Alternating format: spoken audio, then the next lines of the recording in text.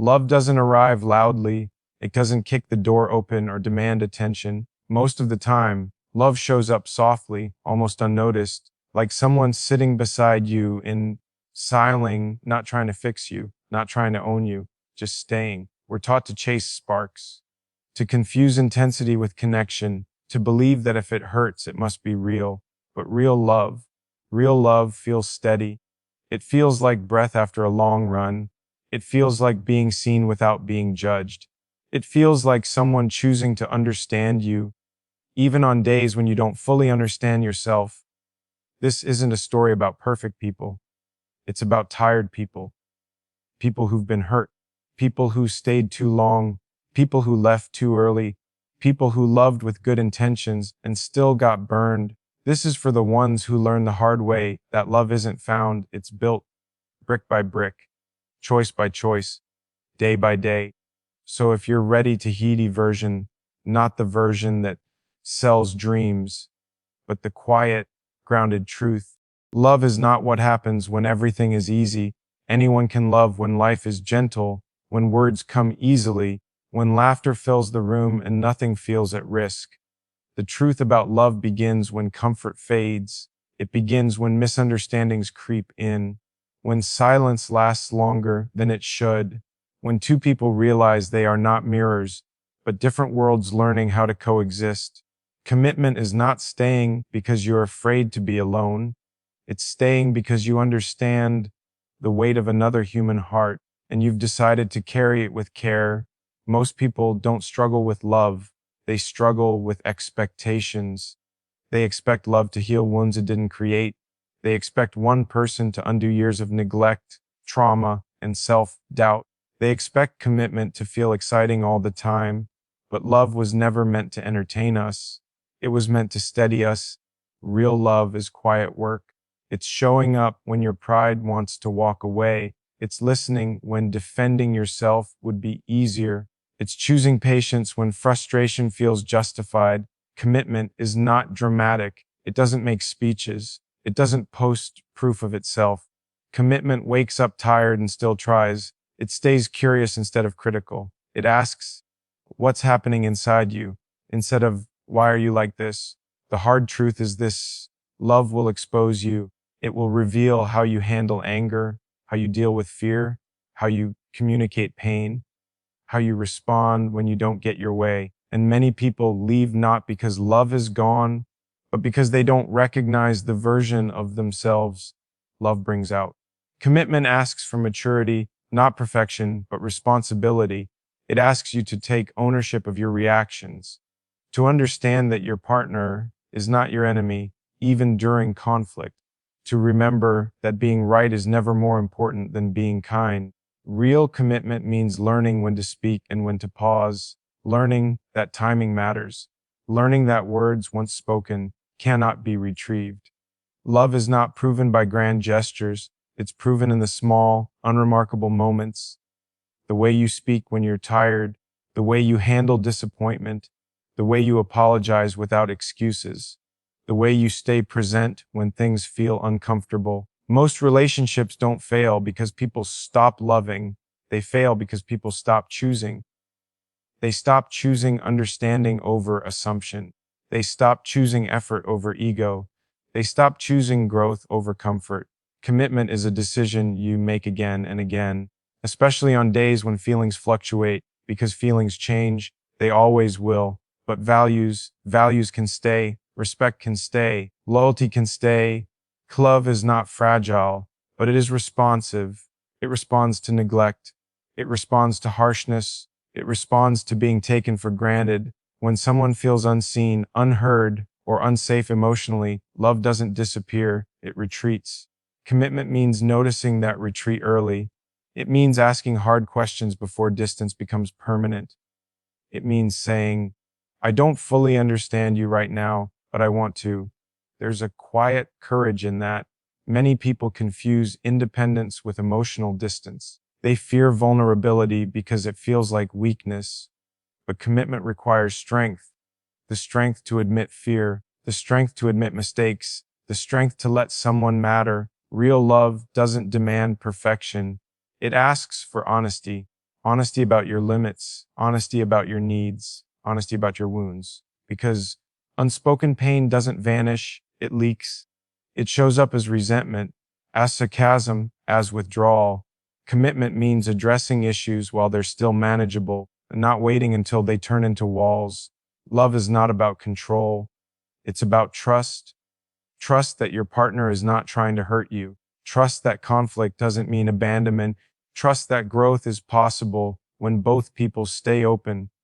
One of the hardest truths about commitment is this: you don't get the relationship you want by demanding it. You get it by becoming someone safe to love, safe with words, safe with emotions, safe with boundaries. Commitment is consistency, not intensity. Anyone can burn bright for a moment. Few can stay warm for years. Love isn't measured by how hard you fall, but by how steadily you stand. Stand beside someone when they're overwhelmed. Stand with them when they're unsure. Stand with them when they're growing. Even if that growth feels unfamiliar, commitment doesn't mean losing yourself. It means bringing your whole self, including your flaws, and being willing to work on them. Real love isn't about saving each other. It's about supporting each other while doing your own inner work. It's two people saying, I am responsible for my healing, but I choose to walk with you. That's the difference between love that consumes and love that sustains. Commitment asks, can you stay respectful when you disagree? Can you stay curious when you're hurt? Can you stay grounded when emotions rise? Because love isn't tested during calm waters, it's tested during storms. And storms don't destroy foundations, they reveal them. If love feels exhausting all the time, something is off. Love should challenge you, yes, but it should also feel like home. Commitment doesn't trap you.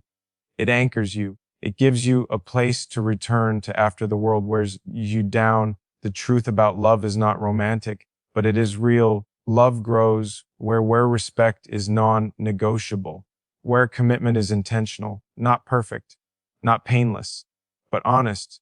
And honesty, quiet, steady honesty, is the strongest form of love there is. Healing is not a straight line. It doesn't move forward the way we want it to. It doesn't follow deadlines or respect timelines. Healing remembers. It remembers moments you thought you buried. It brings them back at inconvenient times, during quiet conversations, during laughter that suddenly fades, during love that feels almost too good to trust. Most people don't realize this when they enter a relationship. You don't come alone. You bring every version of yourself that ever survived something, every disappointment that taught you caution, every betrayal that taught you silence, every time you were misunderstood and learned to keep parts of yourself hidden. And so does the other person. Healing in love is not about fixing each other. It's about creating a space where wounds are allowed to exist without being judged. Forgiveness begins there, not the kind of forgiveness that erases accountability, but the kind that understands context, the kind that separates intention from impact and still insists on growth. Choosing someone daily doesn't mean ignoring pain. It means addressing it with courage, because love doesn't ask you to pretend you're okay. It asks you to be honest about when you're not. Most people feel forgiveness because they think it means reopening the door to hurt. But forgiveness isn't permission, it's release. It's saying, I won't let this define us, but I also won't let it repeat. Healing requires boundaries, and boundaries are not walls. They are agreements with yourself. This is where I end, and you begin. This is what I can carry. This is what I need to feel safe. Choosing someone daily means respecting those boundaries, especially when they're inconvenient. Love is not proven by how much you tolerate. It's proven by how much you protect yourself and each other. Healing together means learning new ways to respond. Instead of reacting with old defenses, instead of assuming harm where there is fear, instead of shutting down when emotions rise, it means pausing, breathing, asking questions before drawing conclusions. Because unhealed pain speaks loudly, and often it speaks in anger or silence. Choosing someone daily means learning their language of pain, knowing when silence means overwhelm, knowing when distance means fear, not disinterest, knowing when frustration is really a plea to be understood. This doesn't mean tolerating disrespect. It means recognizing humanity. Forgiveness is not a single moment. It's a practice. Some days you forgive easily. Some days the memory returns and forgiveness feels heavier. That doesn't mean you're failing. It means you're healing honestly. Choosing someone daily means staying when it would be easier to withdraw, but only when staying does not cost you your self-respect. Love does not require self-abandonment. If you have to shrink to keep the peace, that peace is temporary. Healing asks for truth, spoken gently, but clearly. It asks for apologies that don't come with explanations. It asks for changed behavior, not repeated promises. Forgiveness without change is not healing, it's endurance. Choosing someone daily means choosing growth over comfort, having conversations you'd rather avoid, admitting when you're wrong without needing to be right later. It means choosing curiosity instead of certainty. Help me understand. Those words can save years of distance. Healing together means allowing each other to evolve. The person you love today will not be the same person in 5 years. Neither will you. Choosing someone daily means falling in love with their becoming, not clinging to who they used to be. Forgiveness makes space for that evolution. It says, I see who you were, I acknowledge what happened, and I'm open to who you're choosing to be now. But forgiveness also knows when to step back. Love is not proven by how long you stay, it's proven by how healthy you remain. Choosing someone daily sometimes means choosing yourself, so the relationship doesn't become a place of quiet harm. Healing is mutual responsibility. You are responsible for your triggers. They are responsible for their actions. Love meets in the middle. Choosing someone daily is not romantic. It's intentional. It's waking up and deciding to be present, to listen, to soften, to try again, not because you're afraid to lose them, but because you believe what you're building is worth tending. Healing doesn't erase scars. It teaches you how to live without letting them lead. Forgiveness doesn't forget. It remembers with less weight, and choosing someone daily means understanding this simple truth. Love isn't maintained by passion alone. It's maintained by patience, by repair, by the courage to keep showing up honestly. That's not fantasy. That's work, quiet work, sacred work. And when two people are willing to do it together, love doesn't just survive. True loyalty is what you do when no one is watching, when temptation is quiet, when choices are subtle, when excuses would be easy. Most people think loyalty is about staying faithful in obvious ways. But loyalty goes deeper than that. It's about how you speak about your partner when they're not in the room. It's about the boundaries you keep with others. It's about protecting the relationship even when it would be easier to protect your ego. Loyalty begins with respect, and respect begins internally. If you don't respect yourself, you'll struggle to respect anyone else consistently. Emotional maturity is not age. It's awareness. It's knowing when your reaction is about the present moment and when it's about something unresolved from the past. It's knowing the difference between discomfort and danger, between criticism and attack, between independence and avoidance. Emotionally mature love doesn't escalate unnecessarily. It doesn't turn disagreements into threats. It doesn't use silence as punishment or words as weapons. Respect means understanding that your partner's nervous system is not your battlefield. You don't win love by overpowering someone. You don't win trust by being right all the time. You build trust by being consistent, predictable in the best way, safe in how you respond. Loyalty means your partner never has to wonder where they stand, not because you reassure them constantly, but because your actions already answered the question. Emotionally mature people don't flirt with chaos. They don't seek validation at the cost of security. They don't entertain attention that threatens the foundation they're building. Not because they're controlled, but because they're committed. Respect shows up in restraint, in choosing not to say the thing you know would wound, in choosing to pause instead of explode, in choosing to repair instead of retreat. Loyalty doesn't mean staying no matter what. That's not loyalty. That's fear. Real loyalty is conscious. It's chosen freely. It's renewed. It says, I'm here because I want to be, not because I don't know how to leave.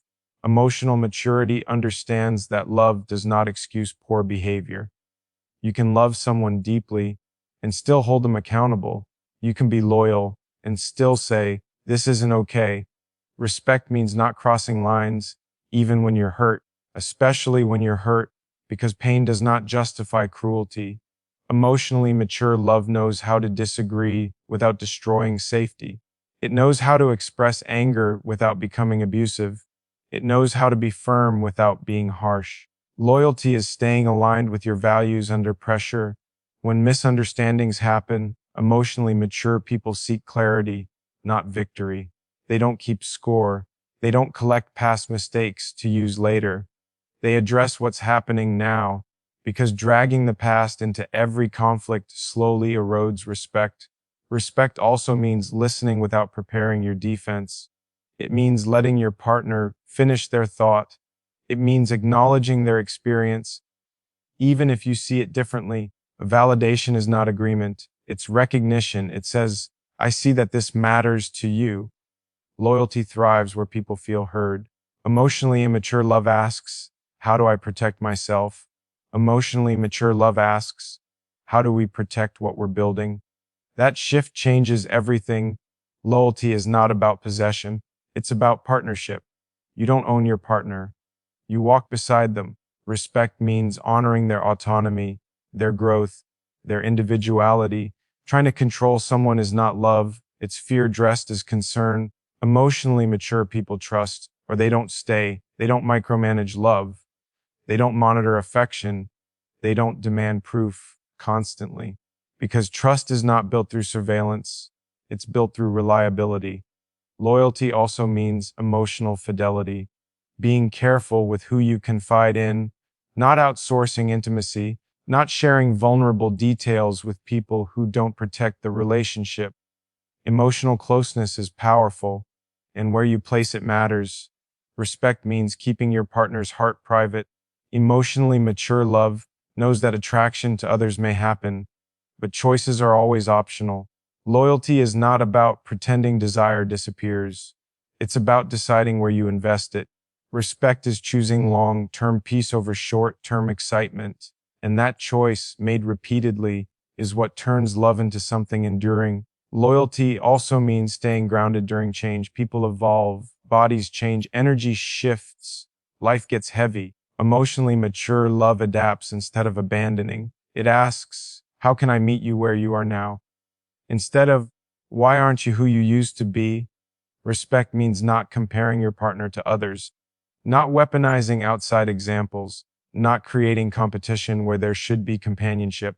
Loyalty means your partner is not replaceable in your language, even during frustration, because words shape emotional reality. Emotionally mature people repair quickly. They don't let pride delay healing. They understand that unresolved conflict becomes distance, and distance, if ignored, becomes disconnect. Loyalty is returning to the conversation, returning to owning to each other again and again, not perfectly, but sincerely. Love doesn't need dominance. It needs steadiness. Respect doesn't need fear. It needs safety. And loyalty, real loyalty, is not dramatic. It's dependable. It's choosing integrity when no one would know otherwise. It's being the same person in private as you are in public. It's aligning your actions with the promises you've made, spoken or unspoken. That's emotional maturity. And when two people meet there, not in fantasy, not in performance, but in grounded, respectful presence, love stops being fragile. It becomes solid, quiet, strong, unshakable.